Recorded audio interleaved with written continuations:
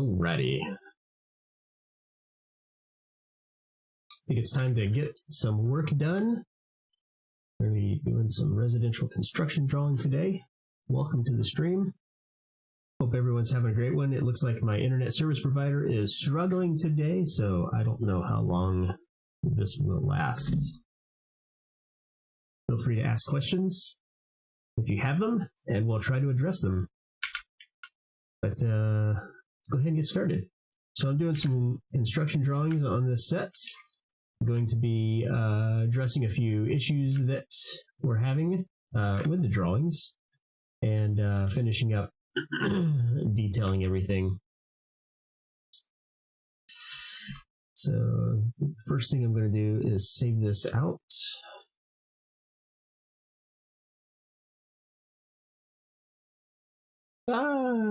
That's not working.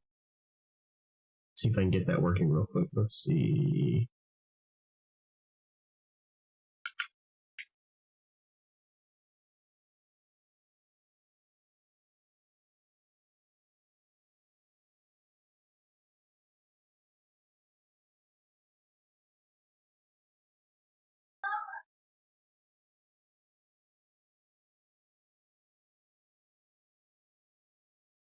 I just had all of this set up, and now, wouldn't you know it,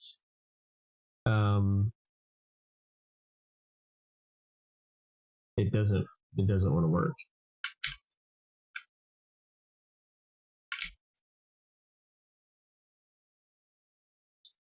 This is the most ridiculous thing ever. I don't understand why I have to redo this every single time.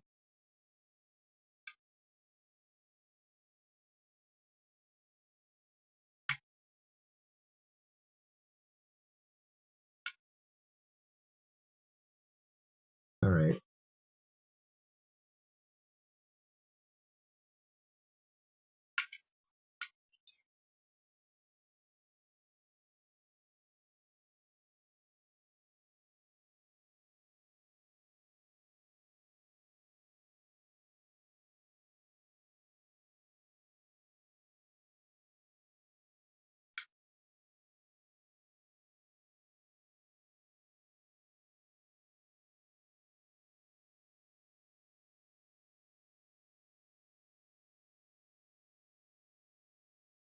I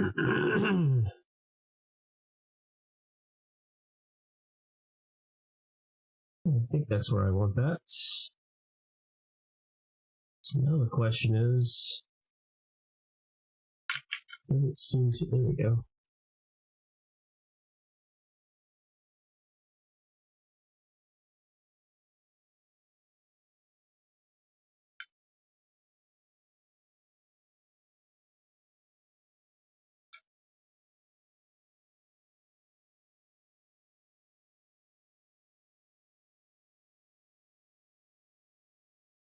All right, I think we got that.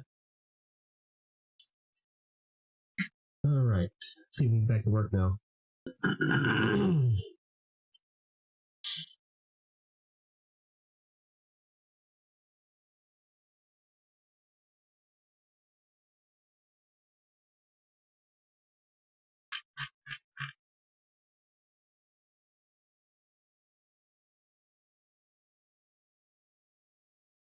What else do I need up here? There we go. And that. All right, now we're ready to work.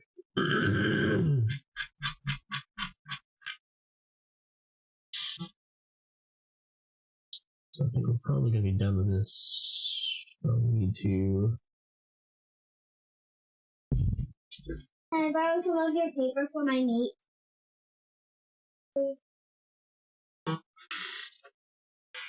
Why don't you use your notepad? Okay. Is it for drawing or is it for writing? No? Mm-hmm. Just use your notepad, okay? Okay.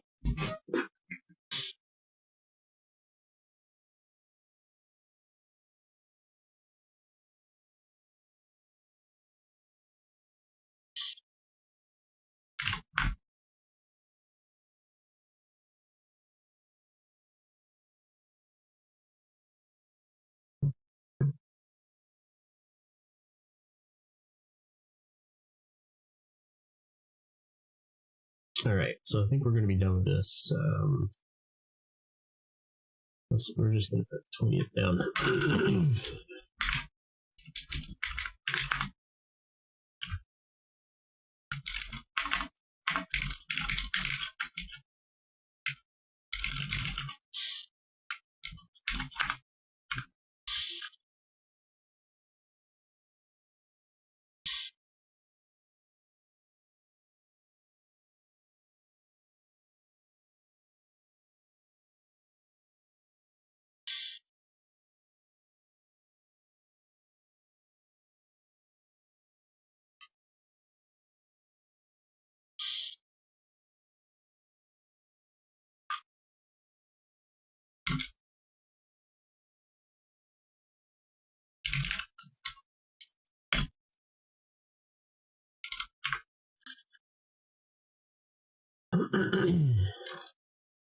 Okay. Fix the walls. We delete the pool.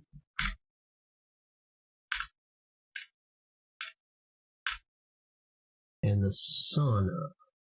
Which one is the sauna? There's the sauna.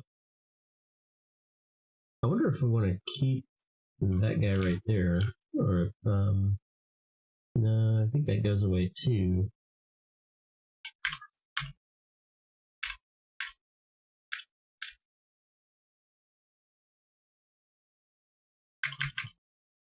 Okay.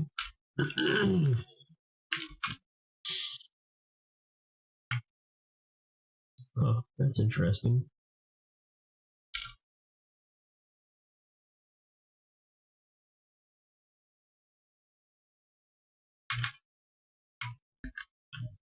I think that's what we're going to do right there. All right, we deleted that. We need to add an awning roof.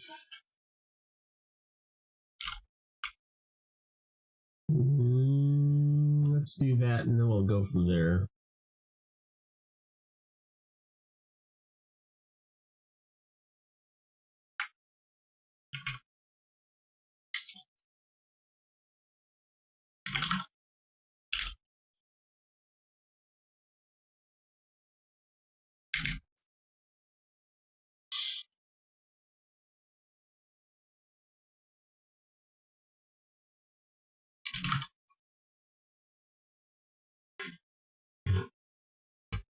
I gotta step away for 1 second to make sure that my boys have everything ready for their online meetings. I know I just started, but I promise I'll be right back.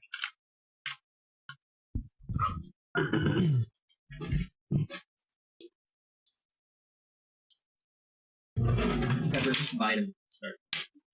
Hey, do you know how to get to your meat? Adam, do you know how to get to your meat? Black.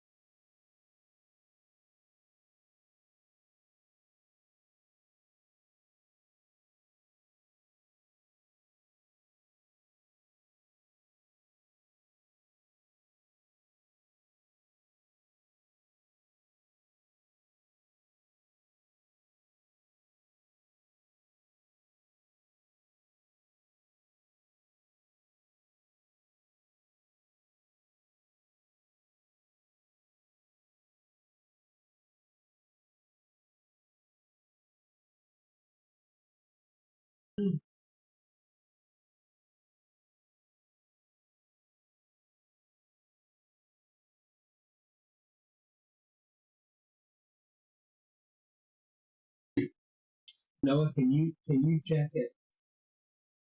12:57, 12:58, and if that's not working, thank you.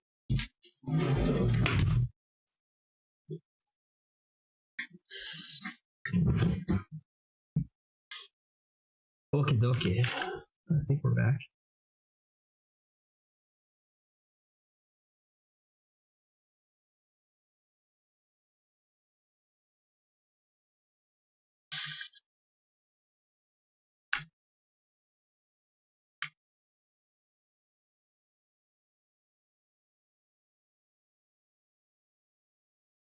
All right, added an awning roof, and then we need to fix these walls.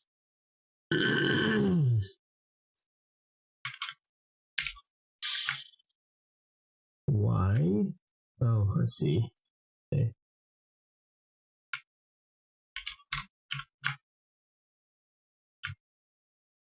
So why do we need to do that? Are these really two different walls? That's an interior wall, that's an exterior wall. So this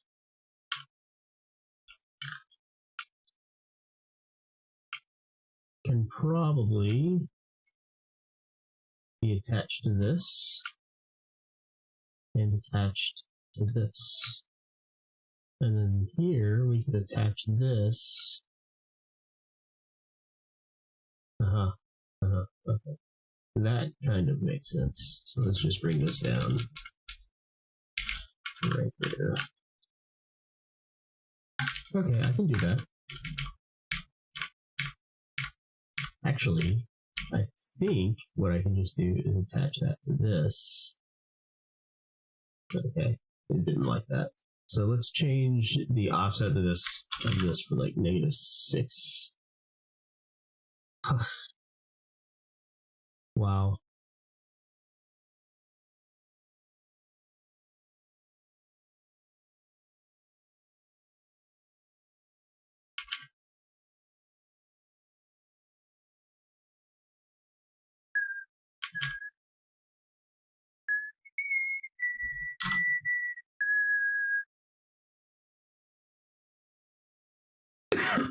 Excuse me.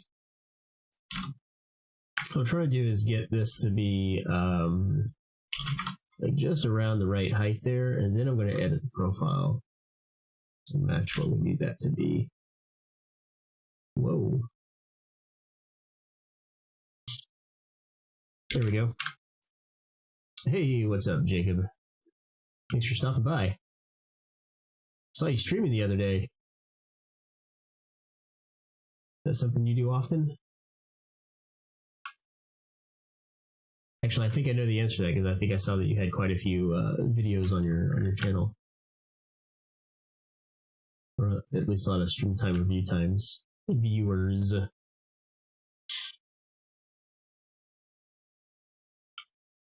So I think we're gonna have to come in and clean this up a little bit later on. I don't know. It feels like there's another roof there. Oh, that wall doesn't quite. I see. Okay. So these walls are kind of intersecting here.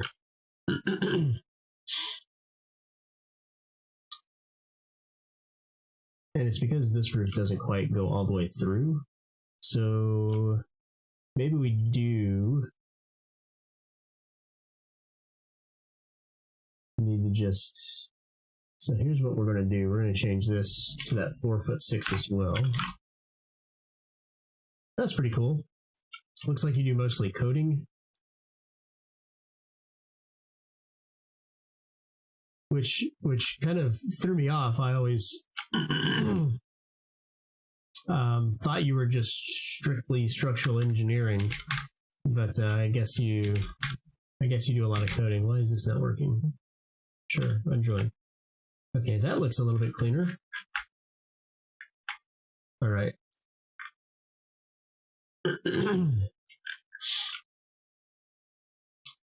I think we got those. We got that done.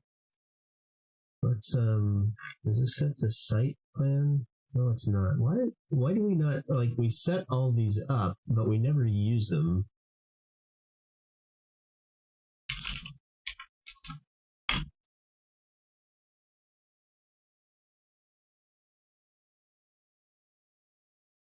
Yeah, there's definitely something to be said for understanding coding as a language for a profession. But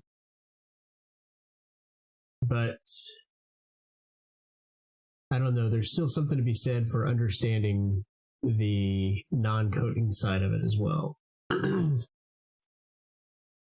like, I guess you could kind of code all of your design solutions.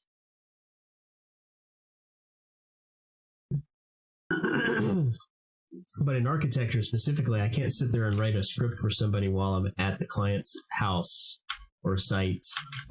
So hold on about 20 minutes for me. I'm going to script up a quick design iteration for us to look at.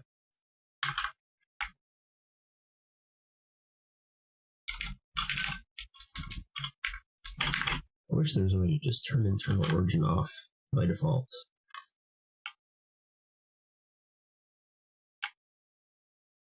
I feel like this should go all the way down.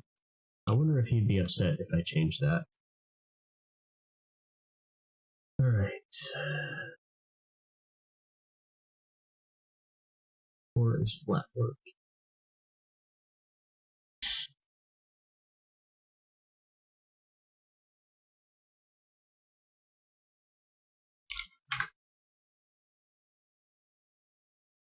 All right, linear fireplace. We removed the pool and sauna already, so we can get rid of that stuff. It doesn't work on 8. All right, I gotta step out for just a second, make sure my boys are in their virtual class. I'll be back in just a second.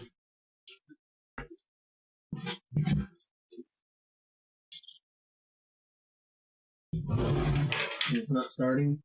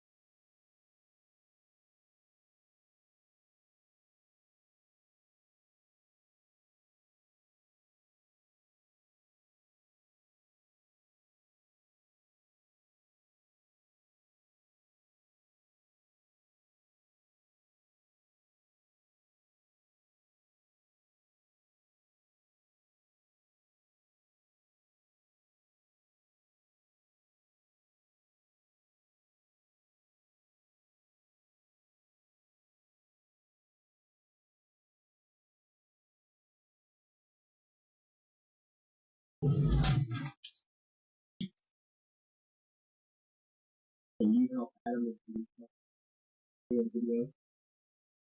Adam, do you need your paper? You have your paper and marker? Can you come out here? Can you come out here? I'll leave it up.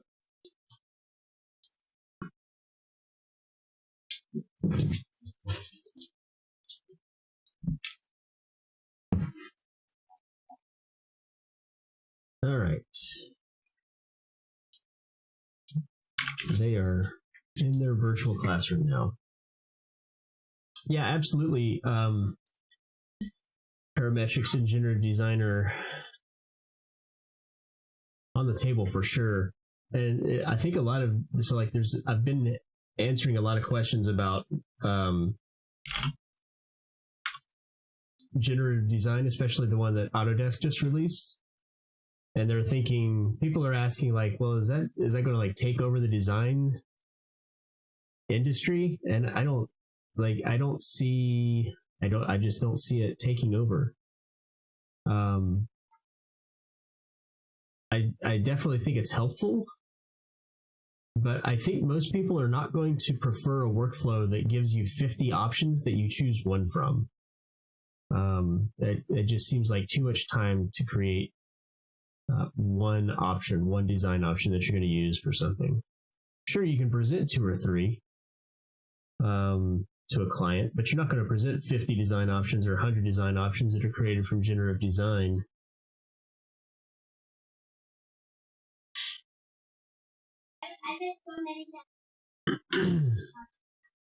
So I think there are scenarios where it'll be helpful, but I think the traditional workflow that most people still are using, even though they're on BIM workflows, are going to have, I think even they're not going to, well, them especially. So I don't know. It'll be interesting to see how it's used and who's using it. It'll be even more interesting to see who's using it and how it's being used outside of marketing material that's being put together by companies like Autodesk and Microsoft and all that.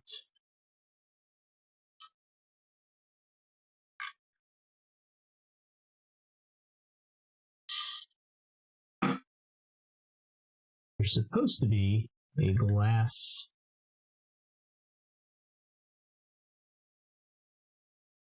garage door in here.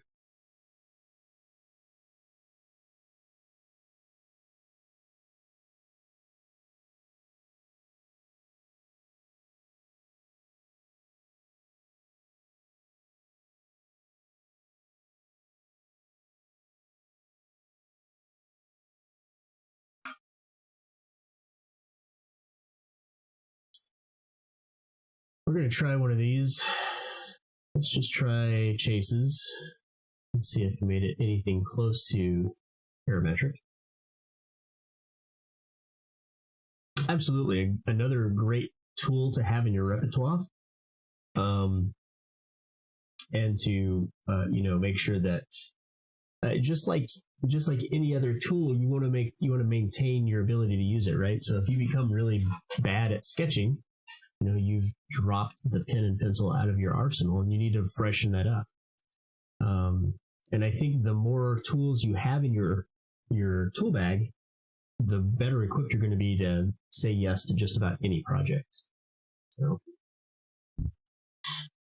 what's up, Amanda? Welcome back.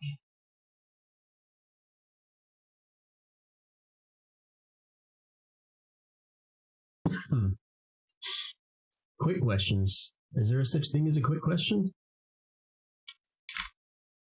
For me, don't I always turn all the questions into something ridiculously long? Okay, so that's glass garage door now. But did he make it openable? No, he didn't. Do I have a pattern for grass? Not one that I use for, you mean like a cut pattern or a surface pattern? Or are you talking about like a render texture? So I'm going to close these that I've completed here. Oh, except I was on the first floor, so I should probably leave that sheet open. Glass garage door. Surface pattern for site plan for soft landscaping. I don't actually have one. I don't think that I have used. Let me look and see. Maybe what my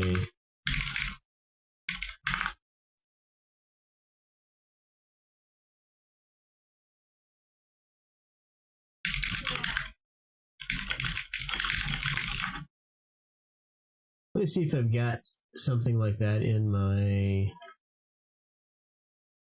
I don't know why I keep going to gallery. In my patterns.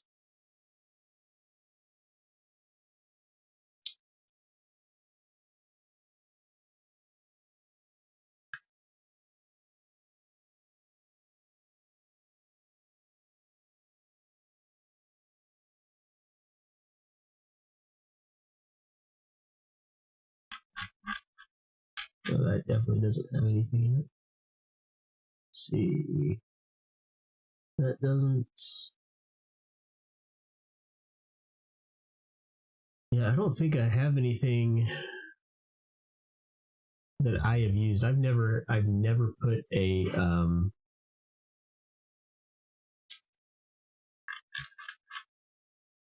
a grass pattern on a surface pattern. The only reason that custom patterns do not work in Revit is because they're not coded properly. So anytime that it doesn't work, it's because a comma's been forgotten or something's not put in the proper place in the pattern definition. That is the only reason that patterns do not work in Revit.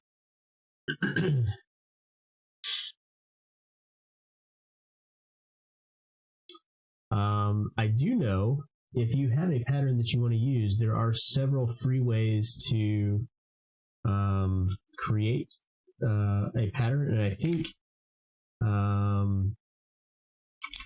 there's a plugin in Revit to create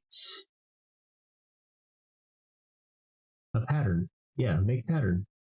So one thing you can do, so draw your pattern tile in a detail view using detail lines, curves, circles, ellipses.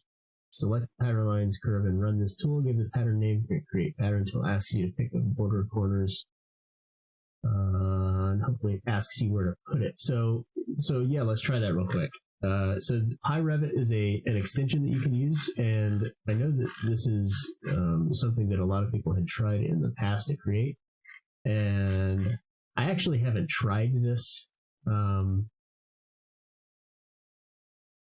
tool yet, but let's give it a shot right here. So let's say grass pattern. So I don't know, what would you even want that to look like?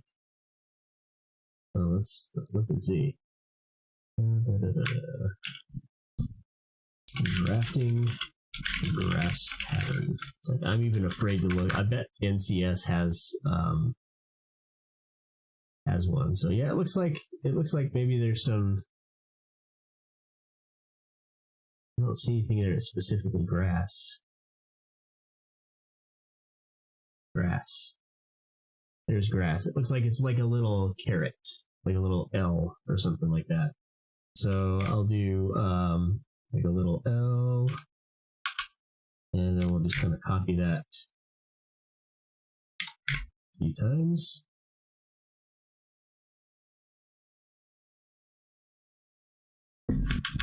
All right, and then in Revit, let's do make a pattern.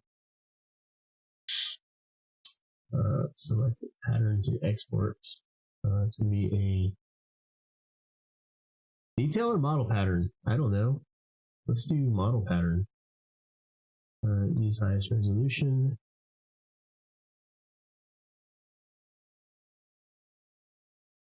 We don't need to worry about any of that.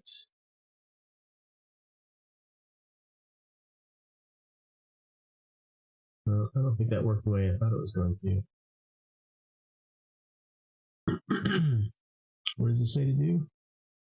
Select the pattern lines, curves, give the pattern a name. Okay, so we need to give it a name. Grass, export, pat file. I don't think that's it either. Give it a name and hit create pattern.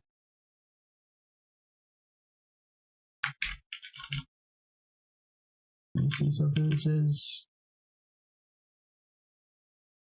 maybe we have to set where it goes first. So let me just check and see. I'm just going to put this under the library. Let's see if we got patterns here. Patterns.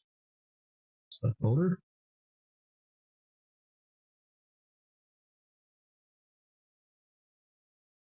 I don't feel that worked. Let me see. Variations. The library. Patterns. Nope. Okay. Try this again. So I've got them selected this time. So we're going to do, now we have create pattern. Create pattern. Pick origin, bottom left corner of the area. Pick top right corner. There we go. Pattern grass created, updated.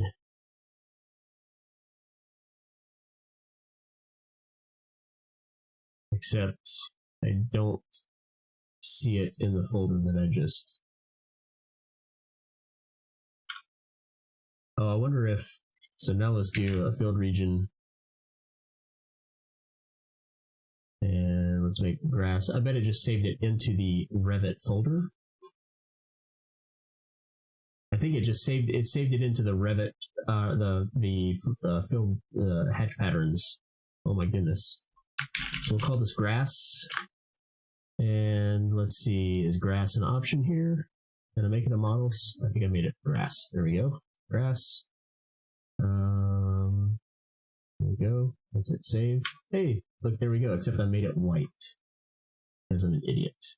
Let's make it green. Or we can do black grass with a green background.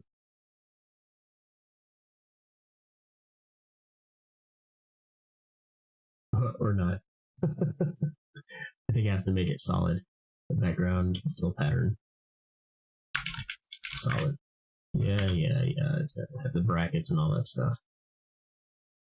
I did. There we go. So there you go. Here's a grass pattern now. So yeah, PyRevit. Let me know if you need help finding that. So easy to make. Did that make sense how it worked? I don't know. This 3D do. There's a ton of really cool tools in there. But the coolest thing is that you actually have a Python shell. So if you're good with Python, you can actually script inside of Revit to accomplish things. So that's one of the big things that I got PyRevit for. So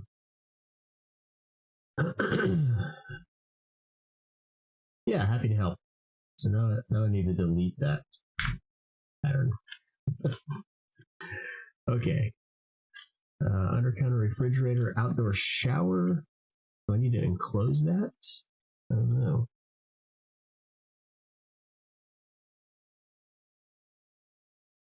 Yeah, Jacob, I don't know why it was disabled. I think maybe it was waiting for a folder first, and then I had to go back and open the dialog box again.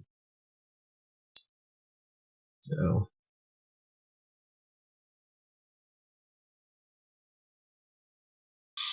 yeah, thanks for that link, Jacob.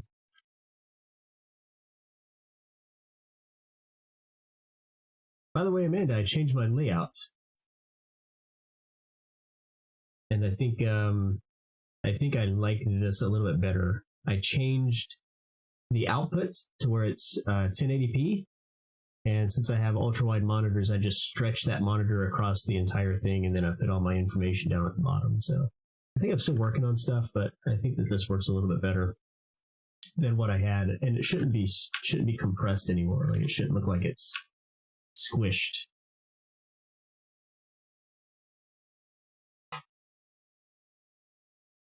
But if you see something I needed to fix, let me know, and I will definitely work on that. So let's see if we've got an under counter fridge here. Of course they don't. Why would we keep an under counter fridge in our template when we use it every single project?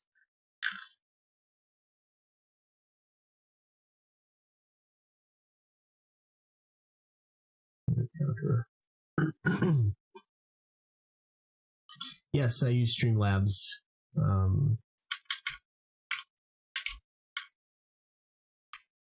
And I don't know, I have mixed feelings about it. I came from OBS, and I feel that now that Streamlabs, like most of the stuff, is through their Prime stuff, that I just don't. Like, I bet I could use OBS, just straight OBS, and not Streamlabs OBS. Hey, Stegosaurus Squad. Long time no see. Welcome back. Hey. Set routine model. There we go.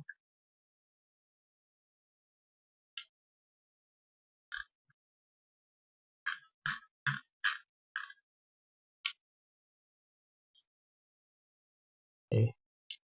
For some reason, I feel like this oven hood is not in the right place. I could be wrong. Oh, that was interesting. Oh, maybe I was just seeing things.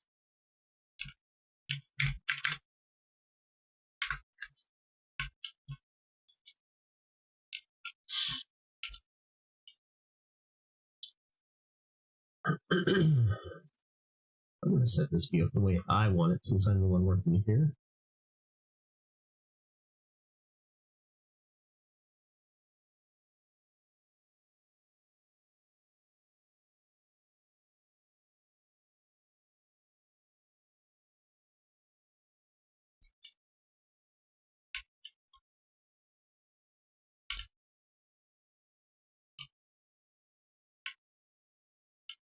This is going to be a nice little lake house.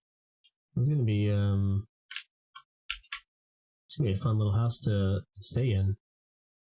Apparently my cursor can only go so far. So because I have dual screens, like if I go to the left, the cursor while rotating will switch back to the left. But if I go to the right, it goes off the screen sometimes and it ends up on the next monitor. Check out this room. It's got a little window out into the... It's actually a door. It looks like a little Juliet balcony where you can open that door and have it open down into the common room down there. That's pretty nice.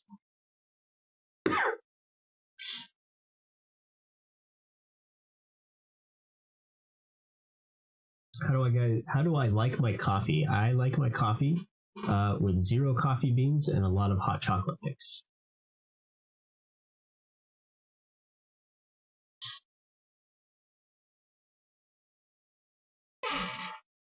I'm with Jacob. So if I'm on a business trip and I'm by myself, sometimes even like if my family happens to be with me, I will set the coffee maker to an alarm to brew coffee for the smell, and we'll dump the pot of coffee. That's an interesting trick.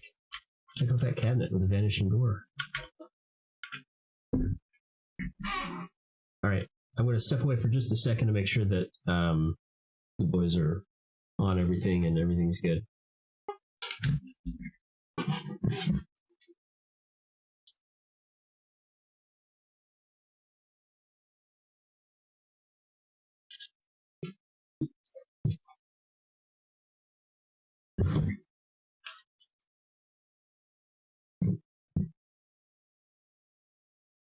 I will smoke the occasional cigar, but I haven't in a long time, and I probably shouldn't because of the non-smoking related lung issues I have.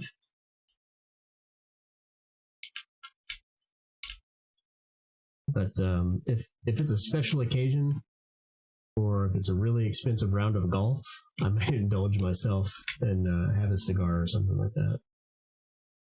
Okay, so first floor plan, I think I took care of that under...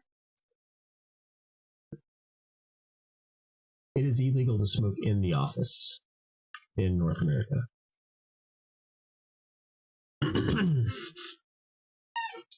So I'm wondering if this linear fireplace at Media Center, like if the fireplace is supposed to be built into the wall, or if it's going to be bumped out. I feel like it wants to be bumped out at least this distance right here.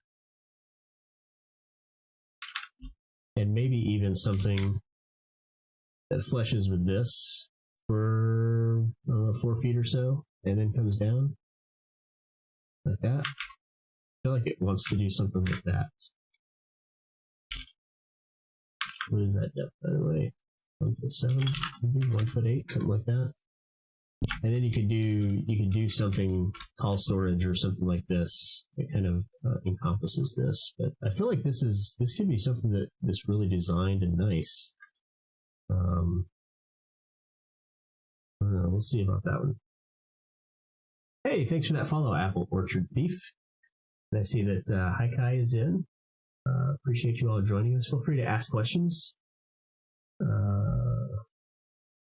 People just realized that people may stream architecture stuff on here, and I guess a few people do. Yes, I do. I have been for a few years. It's not regularly scheduled. My schedule is basically whenever I can schedule, I do. Started streaming your architecture projects for school to make it a little bit more enjoyable. And that's why I stream too. So I stream for 2 reasons. One, when I'm streaming, I can't goof off on Facebook or social media. And 2, because I think that there's enough desire for people to kind of see what's going on and how other people do things that I feel like even if one person watches this and says, "Oh, that's pretty interesting. That's something new that I did not know before," then mission accomplished. That's exactly what I'm looking for. So here they stay. All right, let's go in curved glass and trench drain. Shower. All right, we can do that. Reduce the 3-foot high parapet wall with metal cap. We can do that. And I put this awning in already.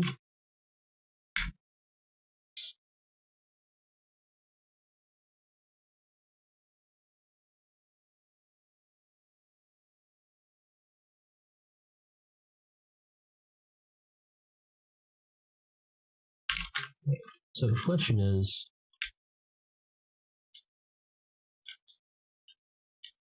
when they say 3-foot high parapet wall,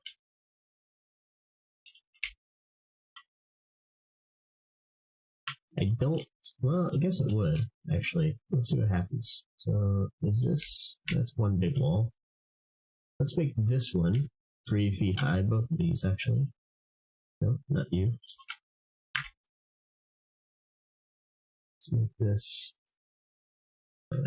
what's the bottom constraint? Oh, these have 2 different base constraints. Why?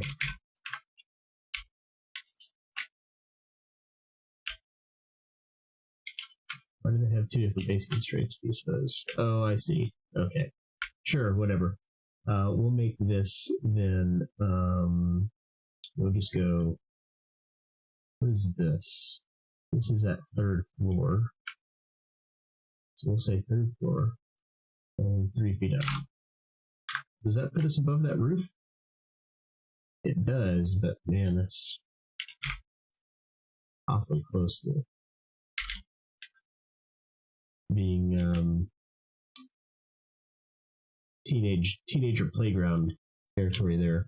I feel like it should be more like 42 inches, right? So there's a guardrail there, and I think that this needs to be at least the guardrail height.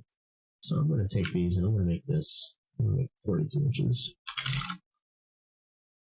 Oh, how tall is this guardrail?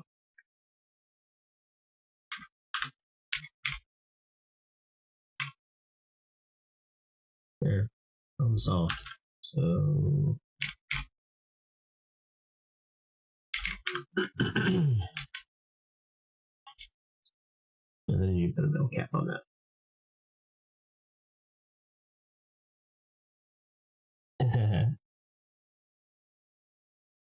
If chat's being distracting, I just ignore them, and then they go away. So I don't know. Maybe that's not the best strategy. I don't know. Should I just do an in-place component for this? I think I am. Roof or wall for a metal cap. What's up, bud? I just need paper. I'm so close to finishing. I just need paper. Oh, you need paper for drawing? Yeah. You need a big piece or just a little piece? You know where it is? Did I get it?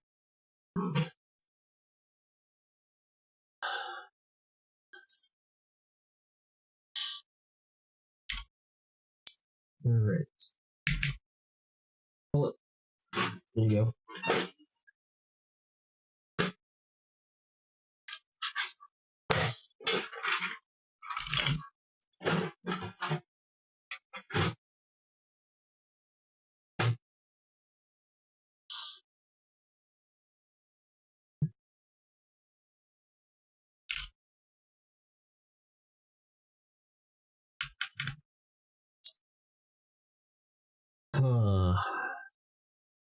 Do I just want to show a flat cap on this?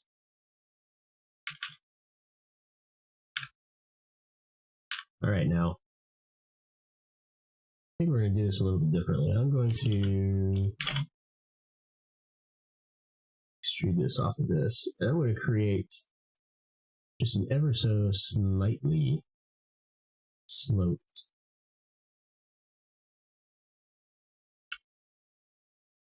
Let's go 1.5 inches. 12. And that's our slope right there. Offset that by about 1/4 inch. Is that really 1 foot thick? Right in the nose? Yes, it is. And then I'm going to take this and I think I'm just going to mirror this. I'm just going to straight mirror this because. Oh, wait. I think I just want it sloping down to this roof. I don't want it sloping back onto the balcony there. No copy. There we go.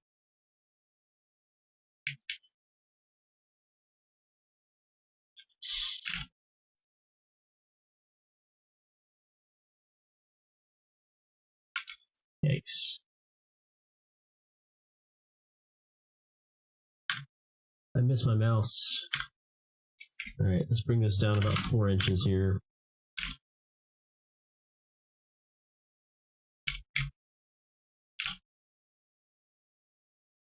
It's probably actually more like 1/8 of an inch on that thickness. So let's do that. Let's just bring this down to about 1/8 of an inch. So 1/8 of an inch, 1/8 of an inch, 1/8 of an inch. I think I can get rid of those. And then, of course, it extruded the wrong way. Bring that back to here. Wow, what material did I make that out of? I made that out of water. Sure, you can ask me a question.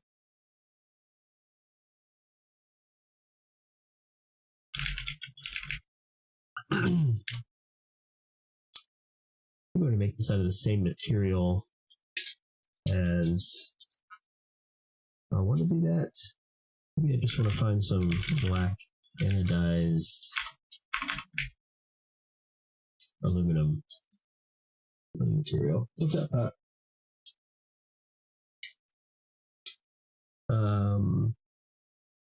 What is that a link to?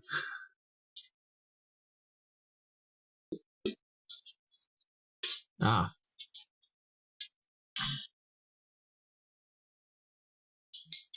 Apparently, it thinks this is a malicious webpage.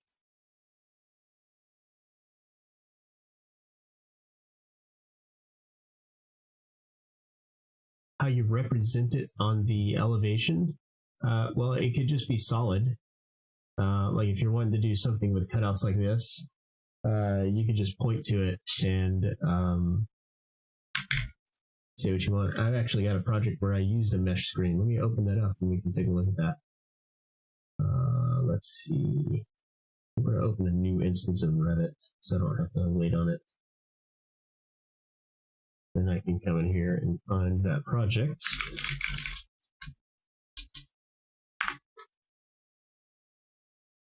Let's see here.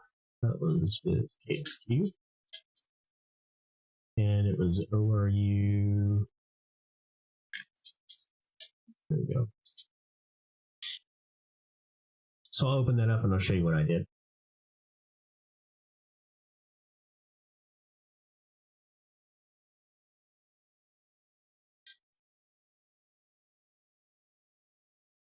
And while that's opening, I'll come back.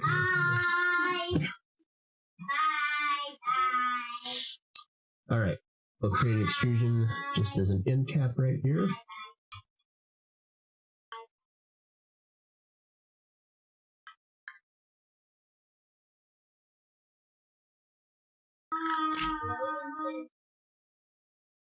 And then we want that to end at 1/8 of an inch. Oh.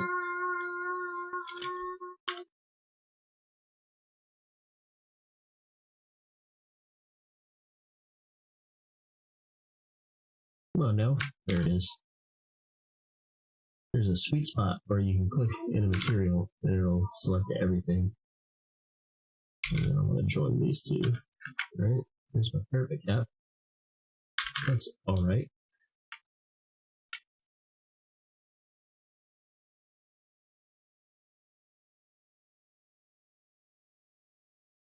I'll bring that over there so I can tell when it's done opening.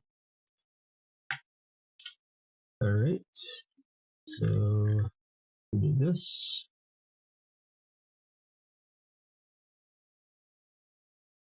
Can't regenerate family parapet cap. What?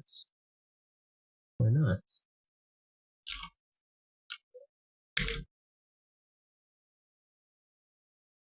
Oh my goodness.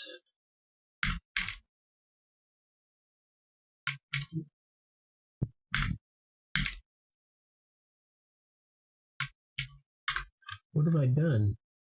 It won't let me. That was weird. It didn't like that in-place model.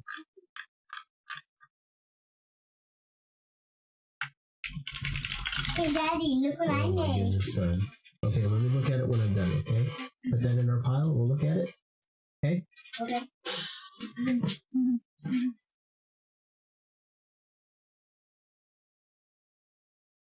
Jacob, you mean you'll be using UE4 or Unity?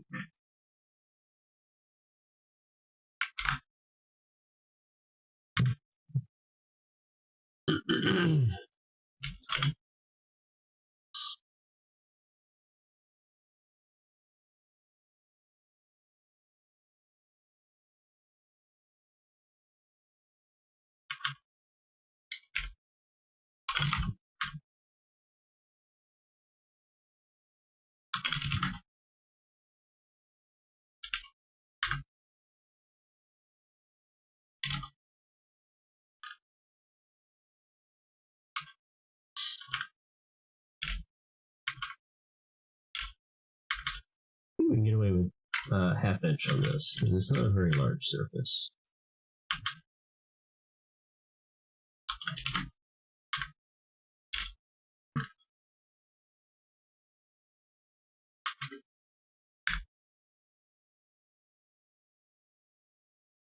Hey, congrats, Stegosaurus. Yeah, VR. I say this because I've had experience in it. But looking back, VR and Unreal is probably one of the easiest things you can do. And I don't know if I shared this with y'all or not, but I've actually started getting into AR. I've developed a little. Let me see if I can find these videos. Let's see here.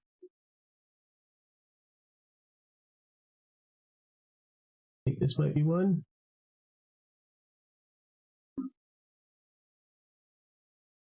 Yeah, so, and I'll post a link to this video. So I'm at the Tulsa Home and Garden Show, and you can see that our HBA has a booth. So I'm letting the AR program figure out what the floor surface is, and I'm trying to find the point that I'm going to place a patio cover over our booth. So you'll see in a second here, it's placed this on the ground plane, and now I have a virtual covered patio in the middle of the Tulsa State Fair. So I was showing this off to people, and it was blowing their minds. Like they couldn't say anything. So, and then like I can come outside of the booth, and we can actually see what that looks like attached to the booth itself. So it was a lot of fun to put together. You can see that there's some masking issues. The poor guy next to me was trying to figure out why in the world I was videotaping him so much.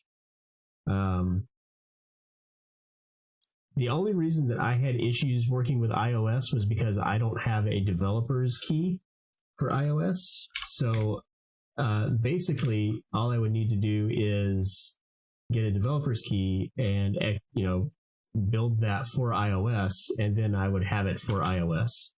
So I could do that.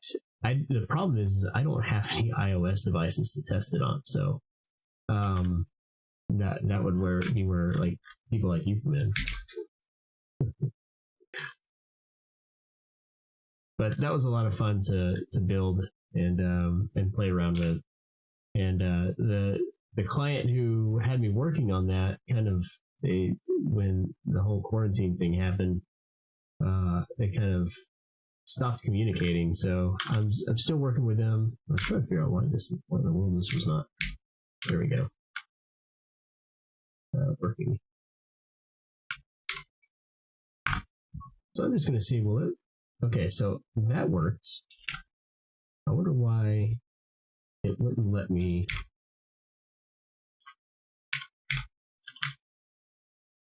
finish this earlier. So I'm going to finish that, and I'm just going to save that.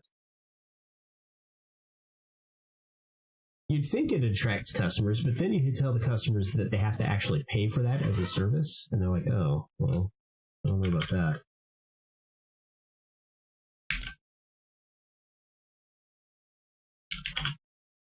Oh.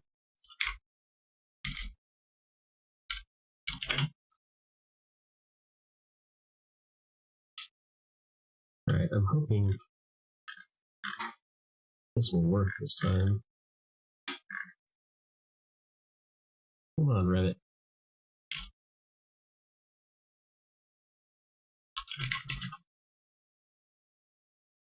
Why is everything defaulting to the... You need another piece of paper? They need a paper. What? They need me to get a paper. You're in class? Yeah. And you can't use your notebook like Adam did?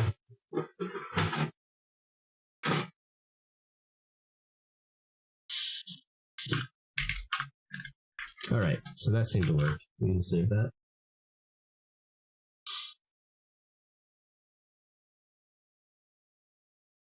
Yeah, so most of my AR and VR does happen through the use of Datasmith. It's just basically a one-button export from Revit to Unreal Engine, and then I can use that model information in most cases. The model information out of Revit isn't that great, and Datasmith does an okay job translating it, but for the most part, you have to do a little bit of optimization to get some really good lighting scenarios out of that.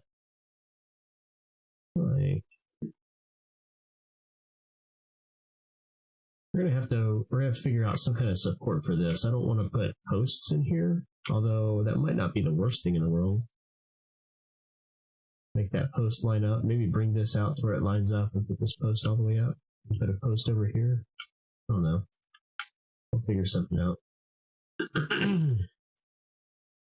Okay.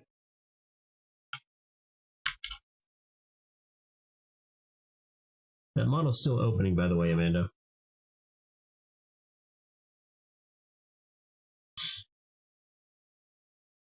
Yeah, that's so.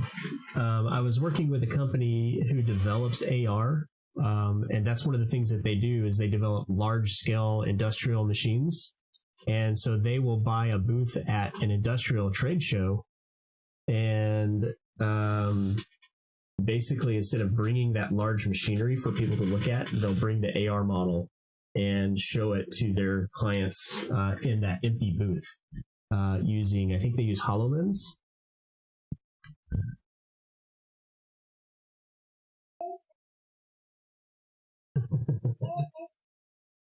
Trellis. You talk about this? Oh, a trellis up here instead of an awning. Well, client asked for just an awning roof. So, but maybe I don't know what you mean by trellis in terms of where you're thinking one goes. It is interesting. Like, look how small this garage just appears. That's a pretty cool trick, I think. Making that stone stop there.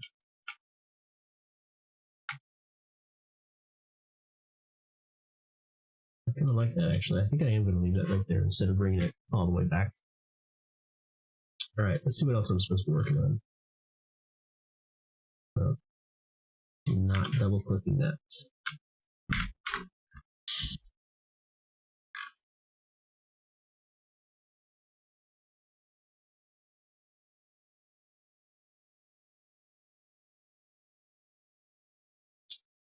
I wonder if the trench drain is going to be out here or up here.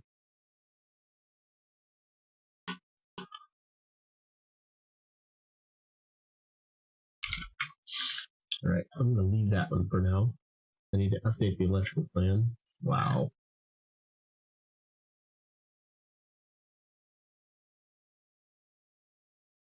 Okay.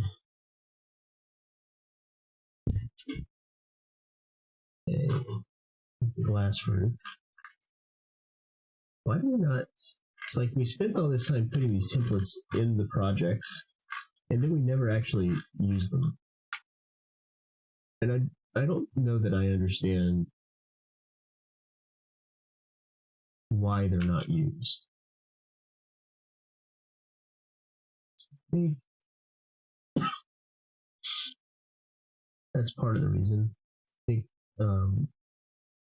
Chrome doesn't like the way the template is set up. So maybe here's what I do. Let's create a new template from this here. Exterior elevations updates. And let's turn off the interior internal origin.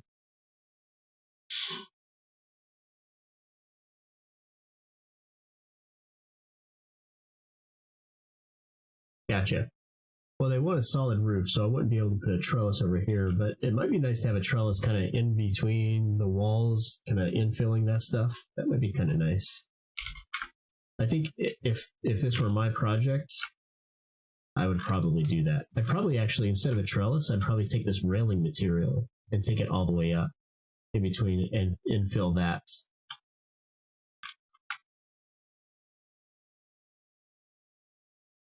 All right, so I think now we take this and we do that.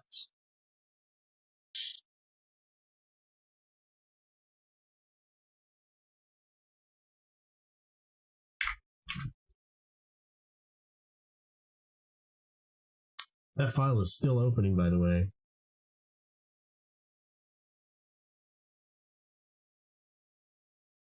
It's at 94%. I have no idea how long that's going to take. Oh, let's see.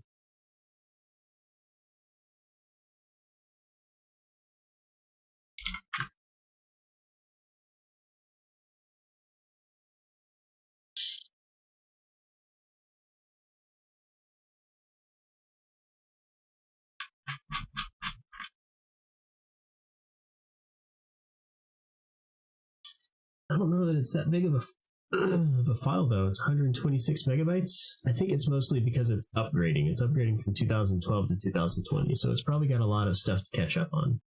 I should probably resave it as a 2020. Is that a wish? You wish your computer could handle ambient shadows that quickly?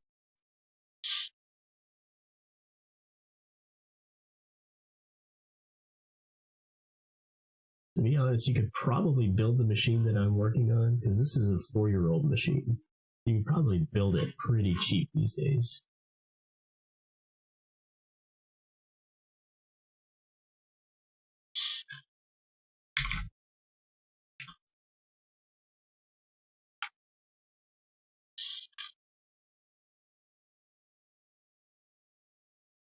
I don't know how many of you like sci-fi, but I don't know if you see what I'm listening to down at the bottom there.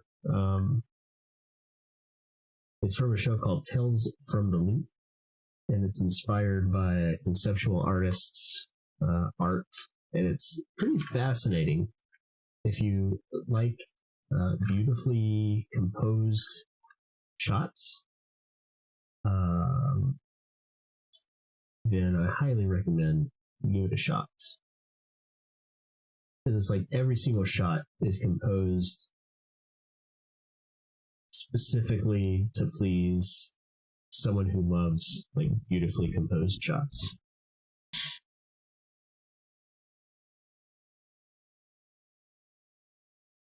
Let's see. Can I type in here too? I can type in here also.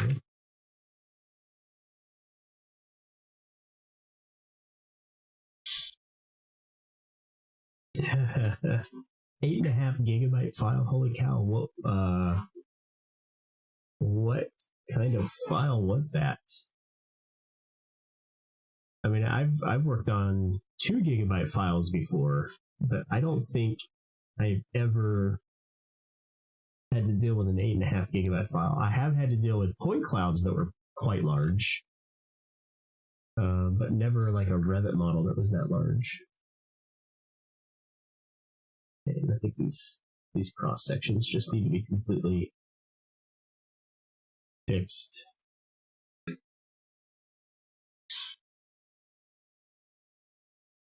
Right, 8.5 gigabytes purge. Time to use the old purge unused. There's probably like a ton of like PDFs and images that are embedded in it, assuming it's like a Revit file or something like that. See these sections.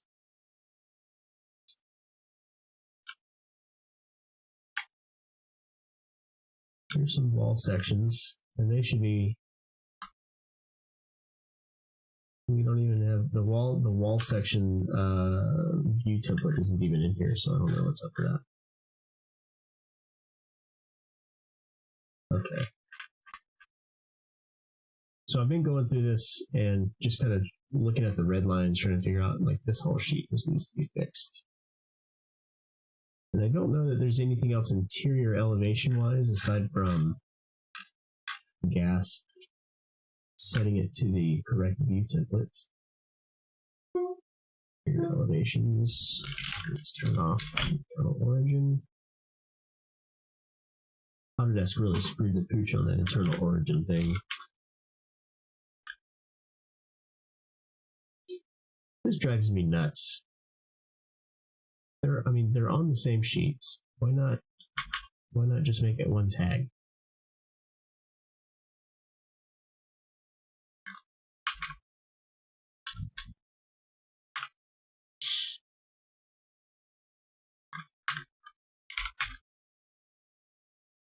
It's like this I can understand because that's this right here. I don't know. Maybe it's just me. Right.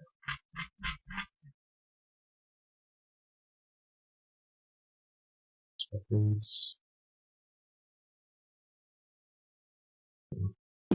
gotta finish the foundation layout as well. Okay.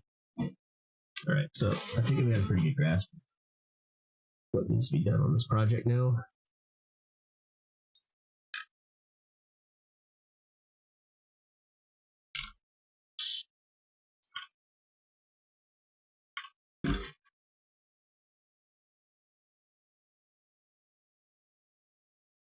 We'll listen to now.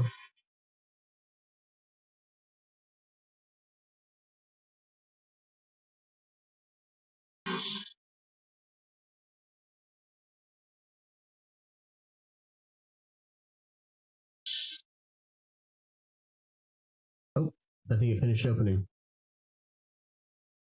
Regeneration failure. That's the second regeneration issue today.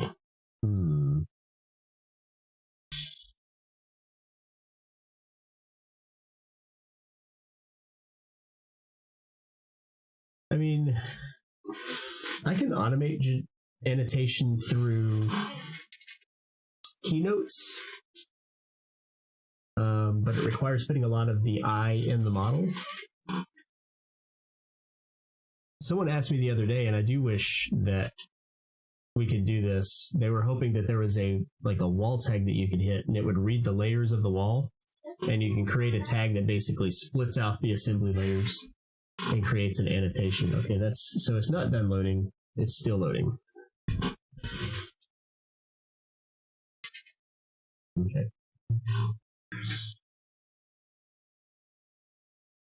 Yeah, sorry, I got you excited about that. It is not done loading.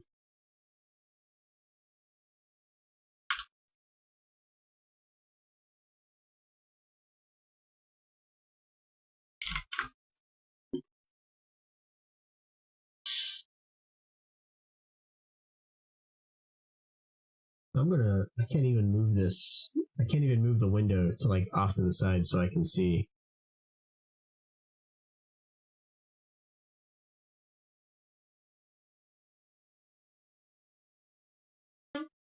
Do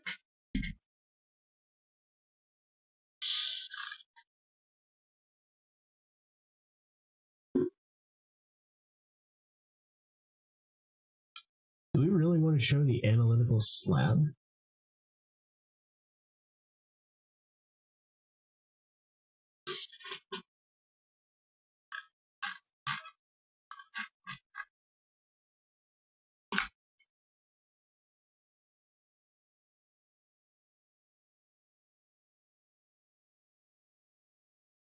Hey, I like how it gives you the warning about once you've upgraded the model, you can't go back after it's done upgrading. Okay, so let's go look at how I did this. Could this possibly be a model before I put the screen in? This is a model that exists before I put the screen in. Maybe the screen wall work set is closed. It's not visible. Now the question is it going to let me change that?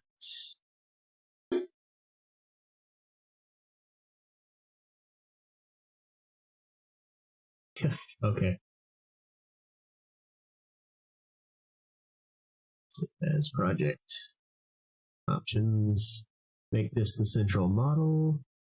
We'll call it Overview Central 2020. Whoa, 2020. Just in time to have it needing to be upgraded to 2021. All right. That might take a minute.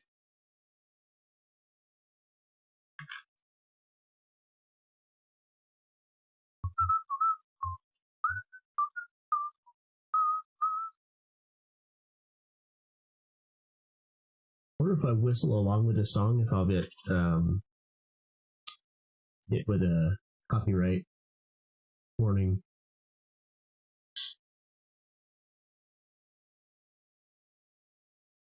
We don't want the property lines. There we go. And then on this,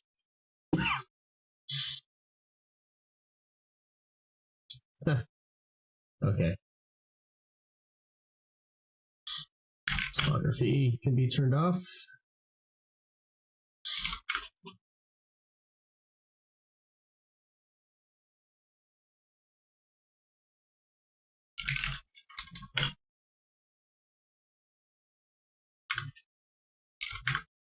All right. It done? All right. So now I should be able to turn that on. Let's see. Work sets, screen. Show. Okay. So what I did with this wall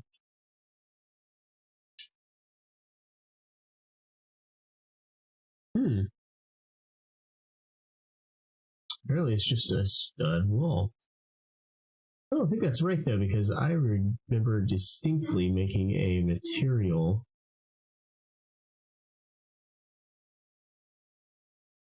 for the transparency of this. Is there another work set? Screen wall, finishes. Because I have a rendering of the actual mesh. So let's look at the elevations for this. The elevations.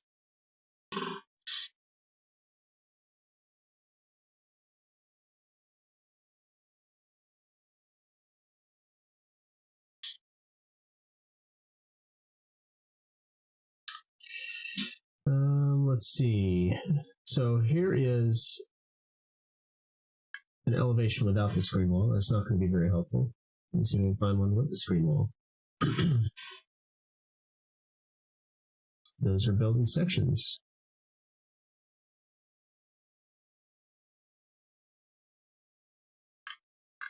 Did we really not do any screen wall?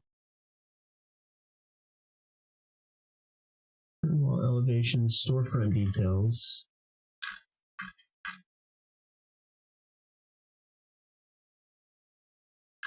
phasing plans.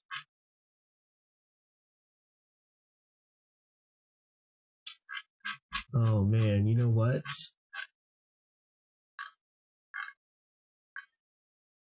I think that screen wall was entirely done in the structural model. Now that I'm looking at this. So I had these elevations that I did for presentation. So you can see the building behind it. And then, you know, it just looks solid.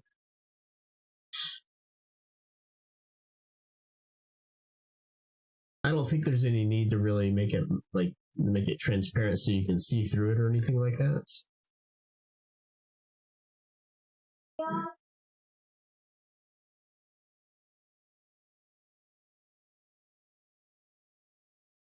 That was a colored one. I don't remember it looking like this though. I wonder if the upgrade did something to it.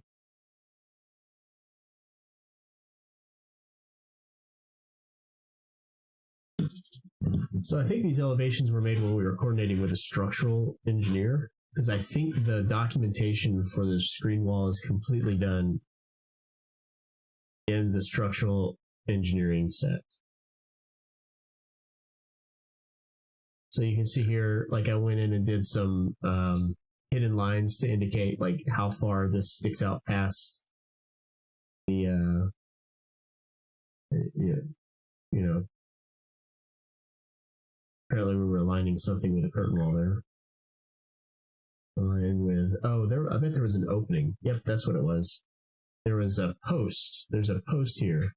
And we were aligning posts with the curtain wall so that it didn't hide it. So like this opening was aligned to the fireplace that's in the alumni. So we were kind of showing how all this stuff lined up. So I don't know if that helps or not. What or what's for the screen wall?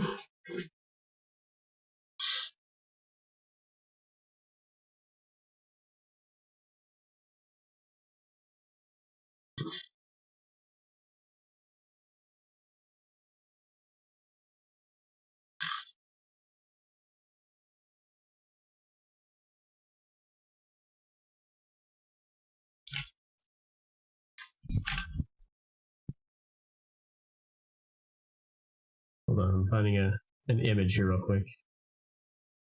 So the screen walls were used as an aesthetic, 100% as an aesthetic. It's not solid. It had it was mesh, steel mesh. So it's opaque in that it obscures what's going on in all the glass behind it, because these are like administrative offices and alumni centers and things like that.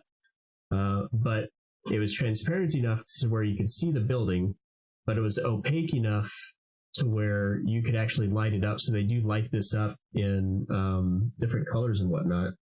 And in fact, they had a concept.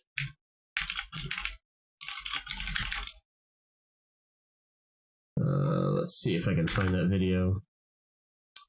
They had a concept where you could actually play videos and movies. So this is actually a photo of a video projection on that screen. And this is actually a video on that screen of the building. There we go. So you can see that it's actually shining light on the building through, so you can kind of see, like right here, you can see the outline of the building, the light's being shown on. But it was opaque enough to where you could get a decent picture quality of something on here, especially if the projector was bright enough. So this was a digital projection crew that came in and actually created a digital projection specifically for this project. Let's see, there's some really good parts to this.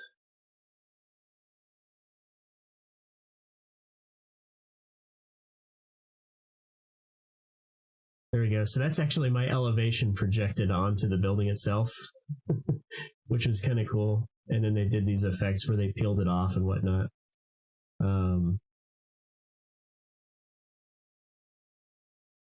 Let's see. Wow. That was a pretty cool effect. They had like lights shining out from the inside. So it looks like there's light shining from the inside down onto the ground.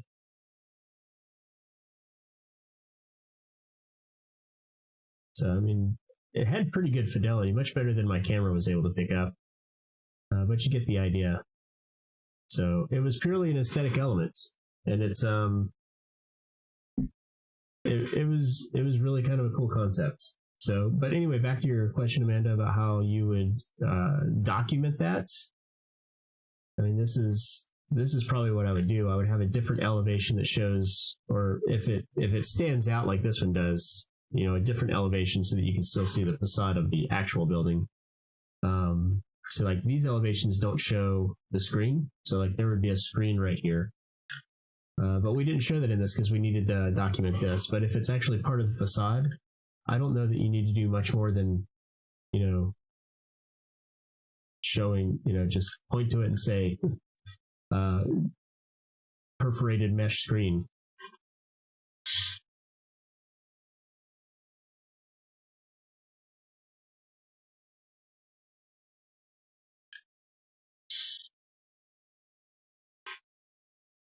Yeah, and Jacob, I saw your message about paying for licensing while streaming, and that'd be nice, but I just, that would, I don't know, in my opinion, that would require making money off the stream, and I don't know if that's the type of effort that I want to put into it.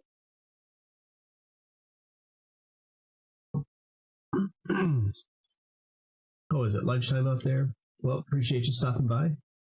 And, man, is the back porch still this big?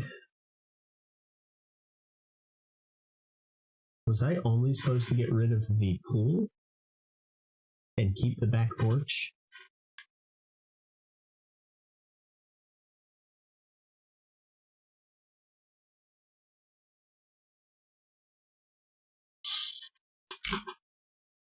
I'm going to put that back in here.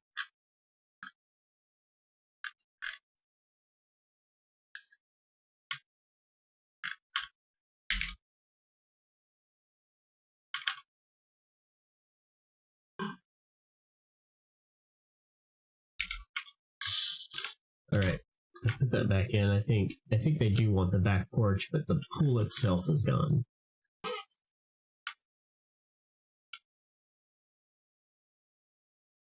Suppose this is going to be stucco or siding.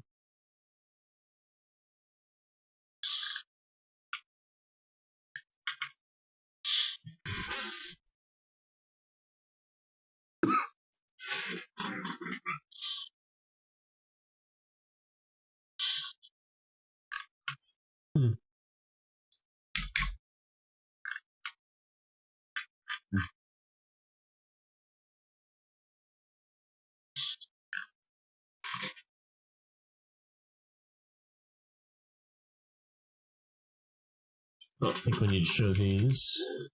Oh, maybe we do.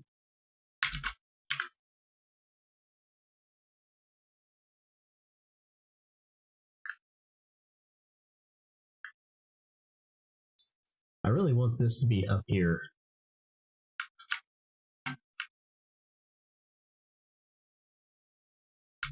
don't know. Maybe it doesn't matter.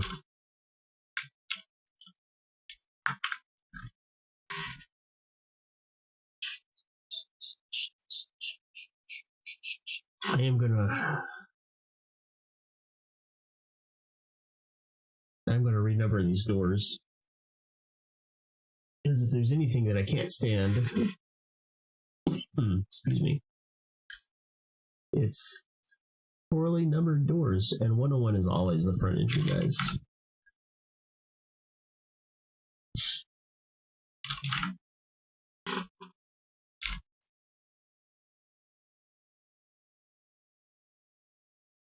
Just so you know, 101 is always the main entry.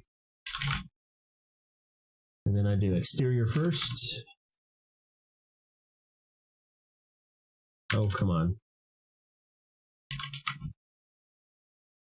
Yep, I've used Pretzel Rocks. The issue that I have with Pretzel Rocks is that they require you to allow them to paste the or to put the artist and title song into the chat.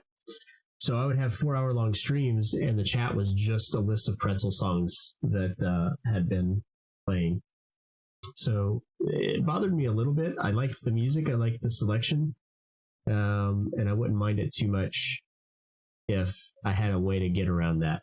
So.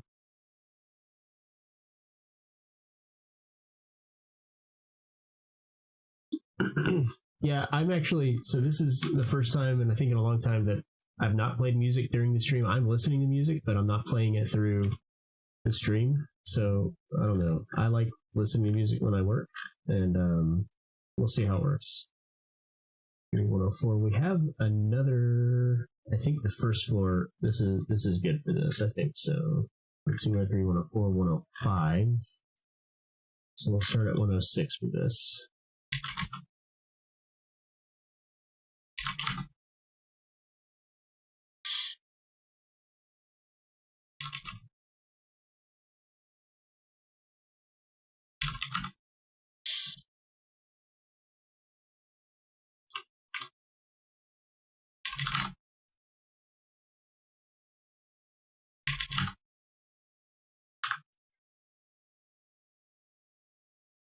Right, that's how they get you to pay. It's like, surely they don't want us filling their chat with the artist name. I actually don't. It's not that it's showing the artist and giving credit to the artist and the name of the song. I'm all for that. It was the fact that that's all my chat was just a string of Pretzel Rock posts. So I wanted to find a different option for that. I've actually contacted 2 artists that I do have permission to use all of their songs on stream, so long as they're getting credit for it. So the Exandrian musical that I play a lot on YouTube, I have permission from the artist to play that, but I still get copyright strikes from it because it's a remake of Hamilton. So sometimes I get a copyright strike because it thinks I'm playing Hamilton. And I also have permission from, what's his name? Tatono, which is like a tropical vibe kind of sound. And I enjoy listening to that, pretending that I'm working off of a sailboat or from the beach. So, yeah. I think that's all the doors for the first floor. Why is this not sorted by Mark? And how did they... Jeez.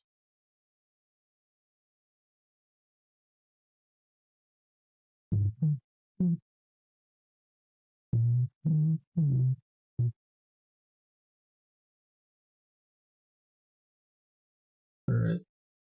Let's get these doors numbered. So I like the 3-digit numbering so that I can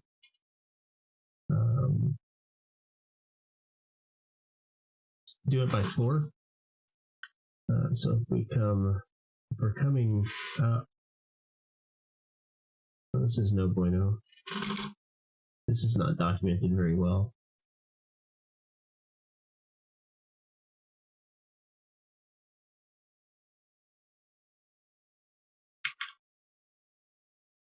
Why can I not? I can't select that door. That's weird. Or that stair. This goes up. Oh, it's because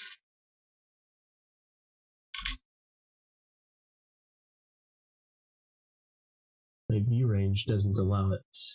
Let's do our view depth unlimited. And now I should be able to put the stair path on this. No, I can't.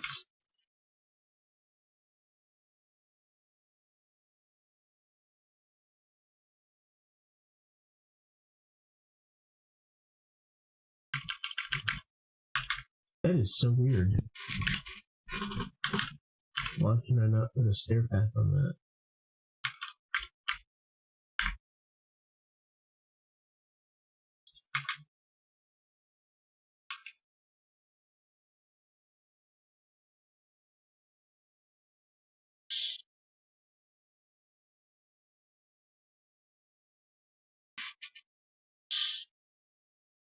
All right, so anyways, this is the top of the stairs. So this is going to be 201.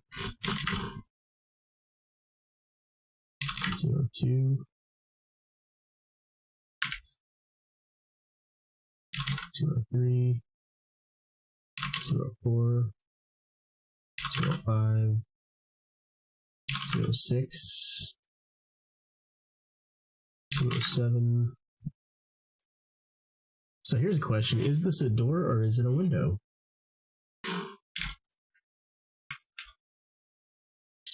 We're going to put it as a door because that's the way it's put in. 208. 209. 210. 211. And then we'll do third floor, which I think is just the balcony here. So 301 because that's exterior. 302. So now you can see which floor, like which level the door is on just from the number. And that's the way I roll. So I think this is an exterior door, but let's find out. That is an exterior door. And then this other one. Oops.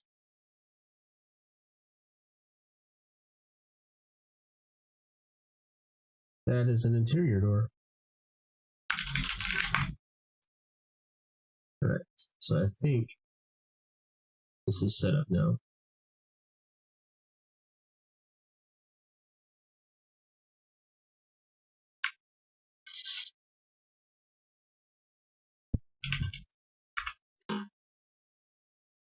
For doors, probably, but it's not going to number it anywhere near close to the way that I want it to be numbered.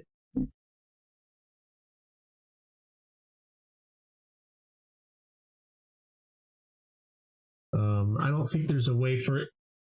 It'd be nice if you could say, okay, exterior doors in a counterclockwise motion, number first, and then go interior, draw path clockwise, and number them that way. So I don't just go through and say, ooh, a door, let's give it a number. Ooh, a door, let's give it a number. I have a very particular method, and I haven't found anything. But now that I'm saying that, maybe you draw a path, because it's possible. I've in order of selection, so I select them and then it will renumber them. So yeah, you could probably do that.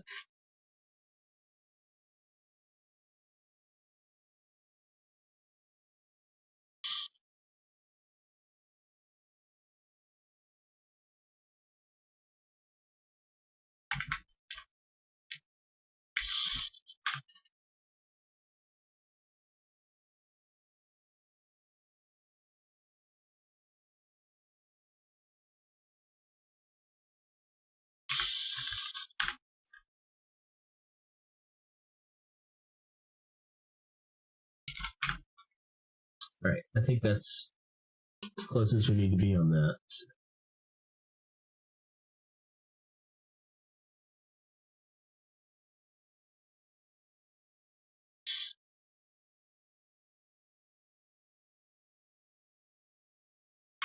So even if I selected it in the right order,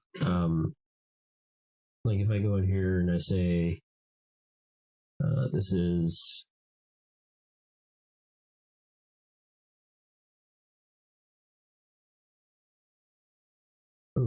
an exterior door.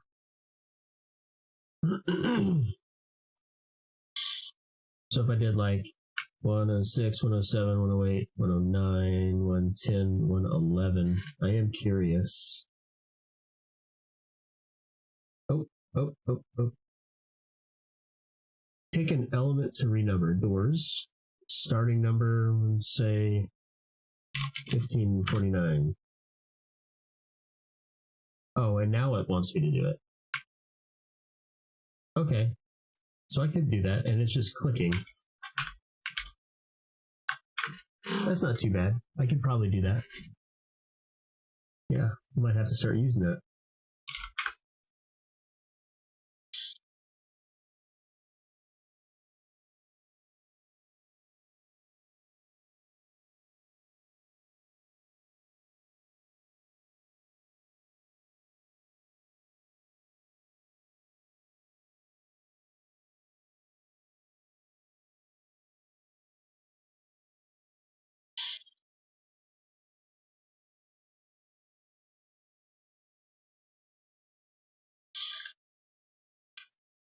Guess I should check to make sure that this is dimensioned properly. Let's see.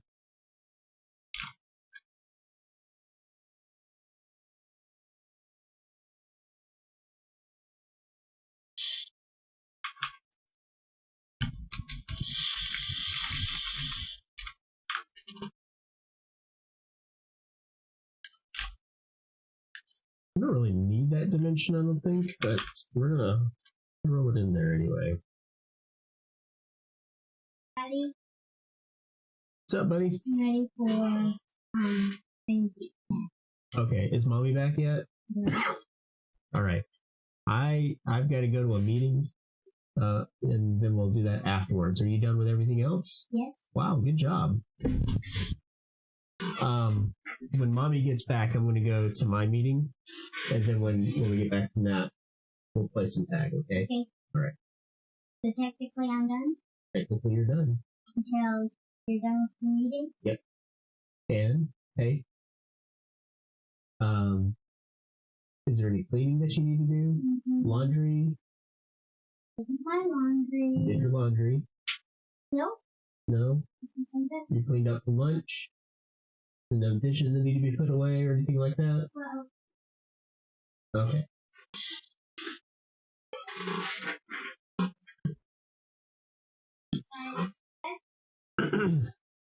What's that? Okay. Yeah, so it actually looked like there were different categories that you could renumber at once, which looked like it might be pretty interesting to look into. So I might have to look into that. I want to change the graphics of this.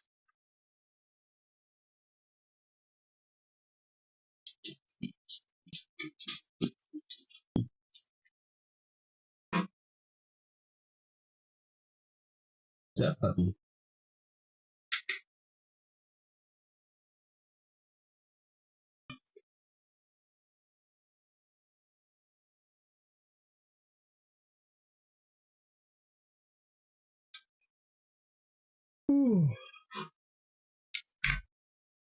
I feel like we want to see this.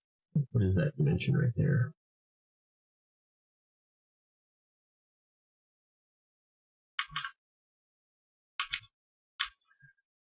Just there.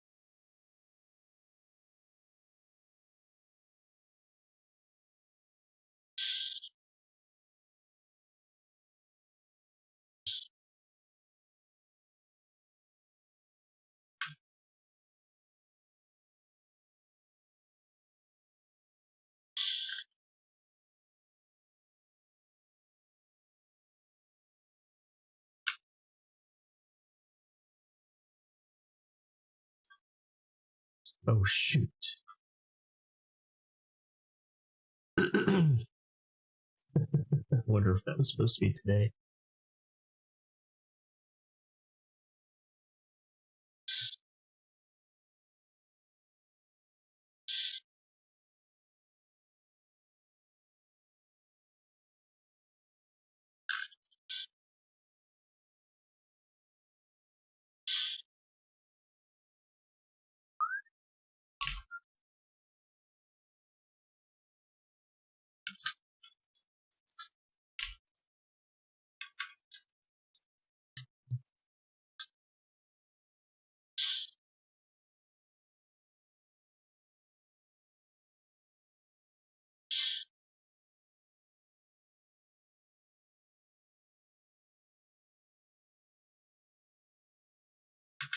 Sections have really weird snapping points.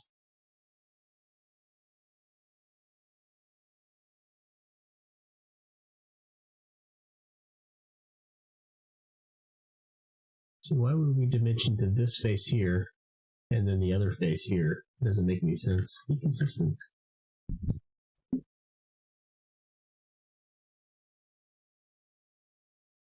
And I mean, we still want to dimension to the windows, I'm pretty sure.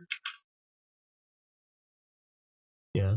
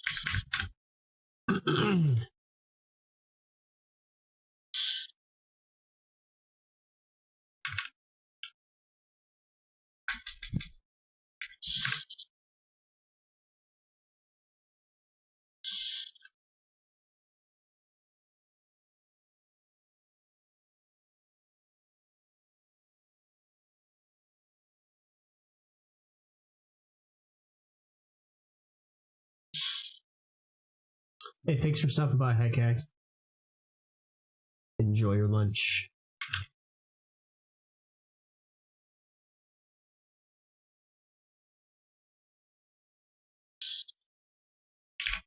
I feel like we're going to need,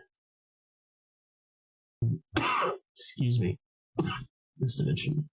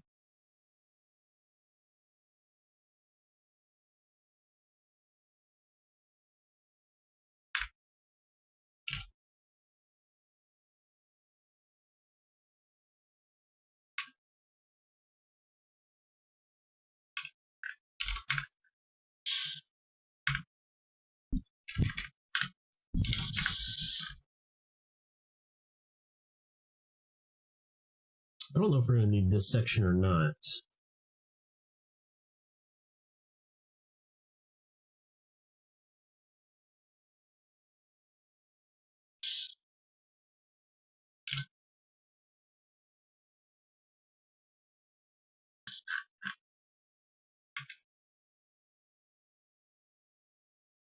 I mean, I suppose we can actually make this a real dimension.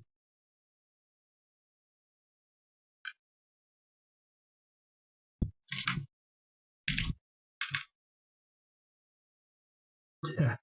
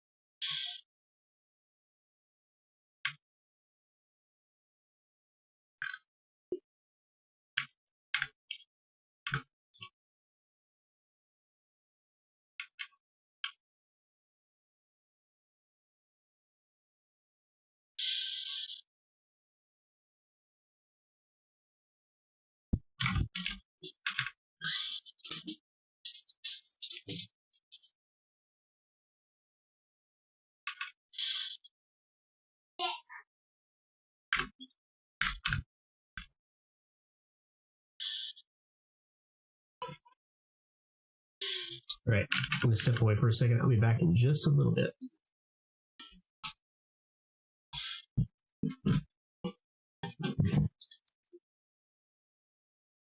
Oh, I heard one of the earlier.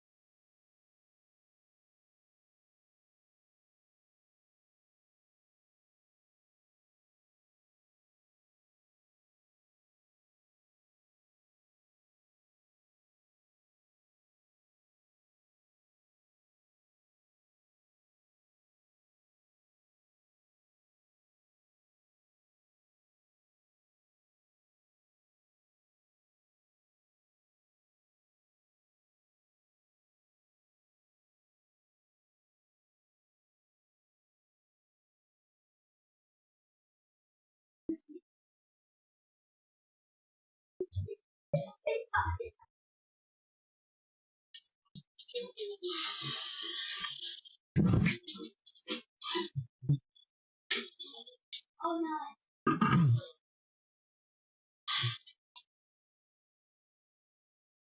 Yeah, I could mute it, but it's more fun to listen to me yell at my kids.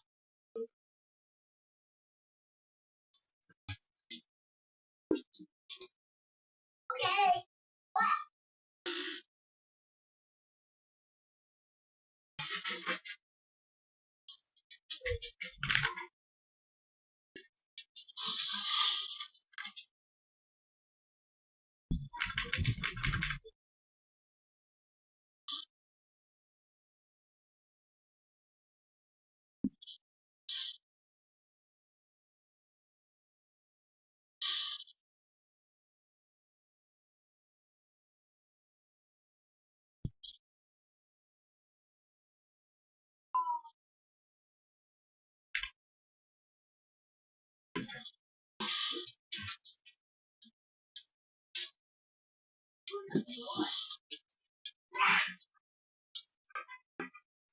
Girl, you need to go outside, or you just want some of my beef jerky?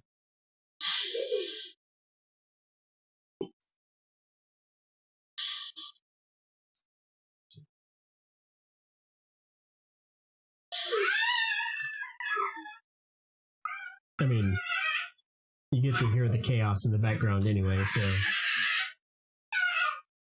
I'm not actually killing anybody. You can tell because the video is right here, but it sure does sound like somebody's being murdered in the background.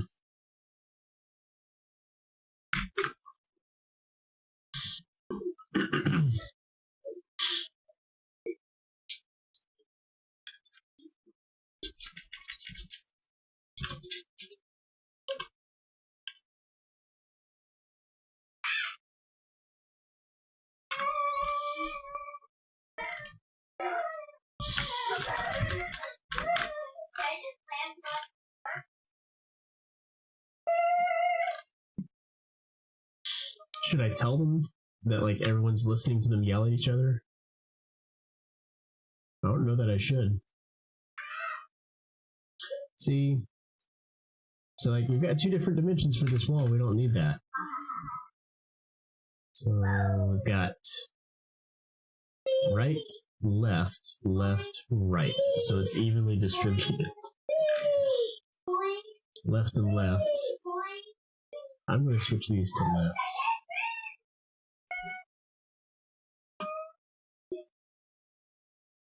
Left, left, left. This is going to be left. And then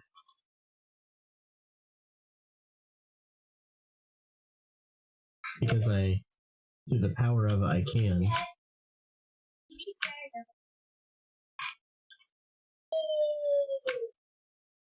I'm going to take all of this and shift it by half an inch.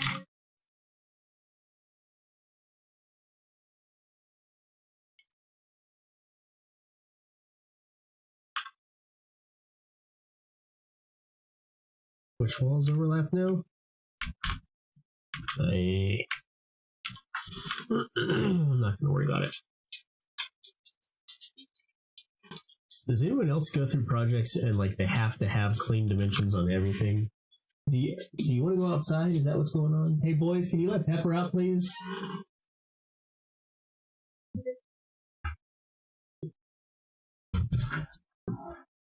Pepper. Yeah.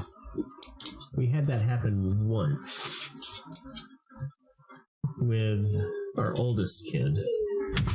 He woke up yelling in the middle of the night.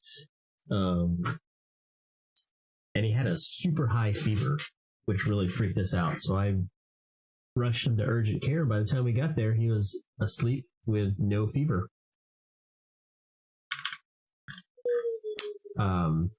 So he went from like 104 to normal body temperature in the span of 15 minutes and was fine after that.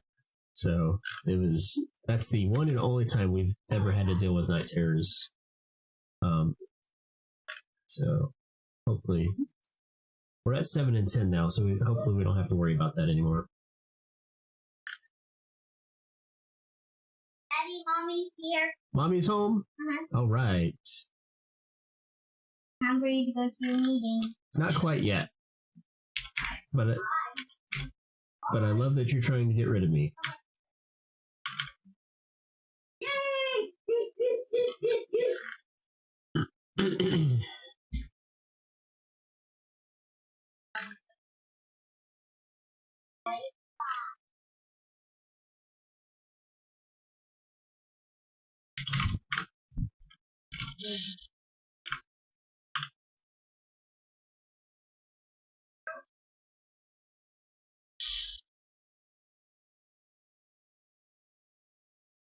Okay, with that dimension, what is this?